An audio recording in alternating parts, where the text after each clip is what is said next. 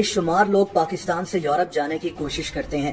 एक तरीका तो कानूनी होता है और यही सही तरीका है, लेकिन एक तरीका गैर कानूनी भी है जिसे डंकी कहते हैं।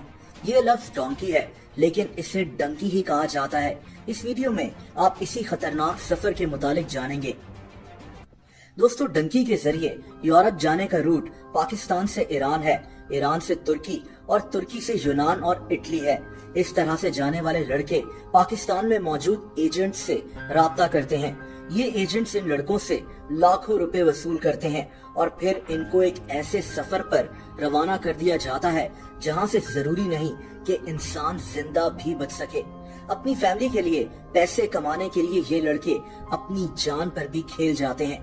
दोस्तों, सबसे पहले तो इस रूट में लड़कों को कोयटा में जमा होना होता है और कोयटा से इनको ईरान का बॉर्डर क्रॉस कराया जाता है, जिसे ताफ्तान बॉर्डर कहते हैं। कोयटा से ईरान बॉर्डर तक का सफर भी आसान नहीं होता। लोगों को एक ओपन डाले में बिठा दिया जाता है जिसमें लोग भरे हुए होते हैं। ये डाला दुश्वार रास्तों पर इतनी तेज स्पीड से चल रहा होता है कि कई दफा तो अंदर बैठे लड़के नीचे गिरकर जख्मी भी हो जाते हैं। बहरहाल एक जगह पहुंचकर इनको डाले से उतार लिया जाता है। ये लड़के रात वहीं गुजारते हैं, खुले आसमान के नीचे, गर्मी हो, सर्दी हो या फिर बारिश हो। दोस्तों, अगली सुबह इन लड़कों का एक नया इम्तिहान शुरू होता है। इनको एक खतरनाक और ऊंचे पहाड़ पर चढ़ाई करनी होती है। दरअसल इसी तरह ये ईरान में एंटर होते हैं। ये रास्ता इतना खतरनाक होता है कि यहाँ जगह जगह इंसानी ढांचे पड़े हुए मिलते हैं।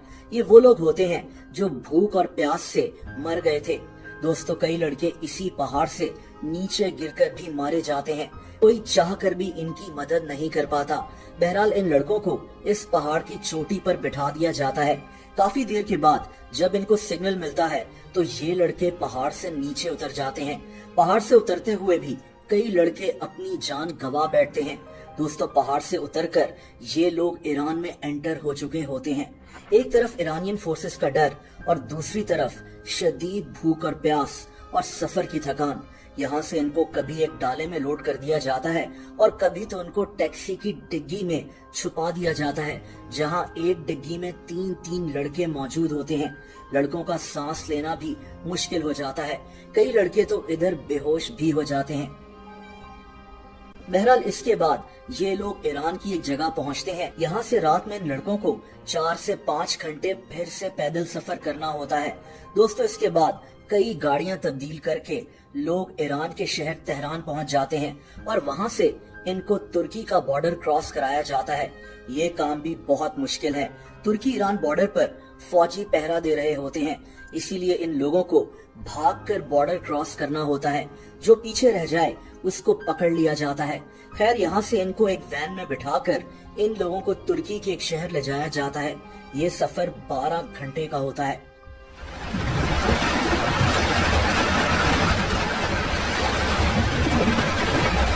इसके बाद इनकी तस्वीरें ली जाती हैं और इनके एजेंट्स को भेज दी जाती हैं कि ये लोग यहाँ पहुंच चुके हैं।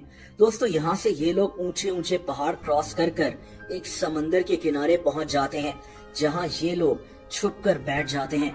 यहाँ से इनको एक और गाड़ी में लोड करके एक गांव में उतार दिया जाता है। इस गांव से इन लोगों को फिर से 5 या 6 घंटे पैदल चलना पड़ता है। दोस्तों, क्योंकि ये लोग गैर कानूनी तरीके से तुर्की में होते हैं, तो हर वक्त खतरा होता है कि कहीं पुलिस इनको पकड़ ना ले।